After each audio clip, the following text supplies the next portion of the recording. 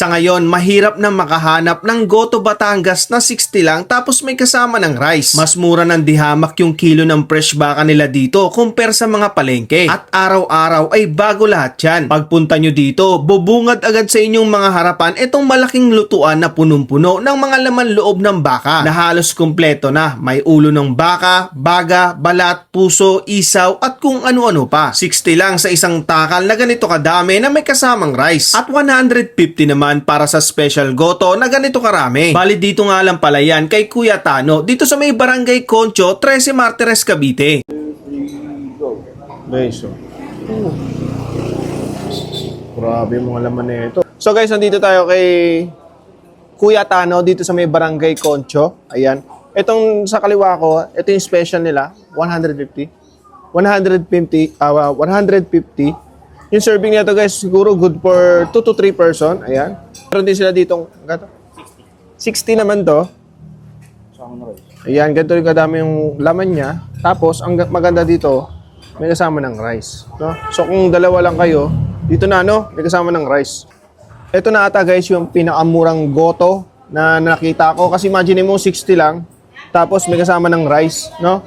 Ang maganda pa sa kanila guys, talagang fresh kasi meron din silang tindang karne yung sa kabilang tindahan nila. Pupunta kayo dito alas 7 ng umaga, bukas na sila.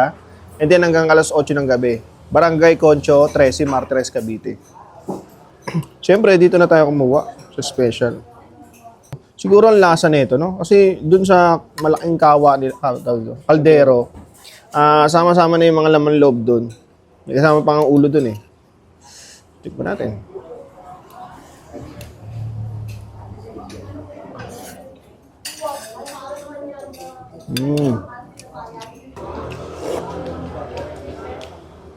Ang galing kahit mga laman loob yung nilagay niya. Wala siya masyadong lansa. Alam mo kung bakit? Kasi sobrang daming nilagay na luya ni Kuya. And then, pag sinerve sa inyo, may kasama pa ng sibuyas, no? Saka ang lasa niya. Sarap pa. Ito yung Goto Batangas na hindi masyadong maalat, no? May Goto Batangas kasi kami natikman talaga parang ano yun. Maraming nilagay na pampalasa. Ito talagang natural eh.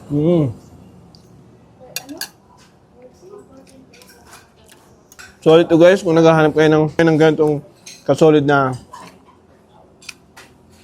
Goto Batangas guys. Hindi nyo na kailangan dumayo pa ng sobrang layo kung taga-Cavite lang kayo. Especially kung taga-13 lang kayo. Dito guys sa Barangay Concho.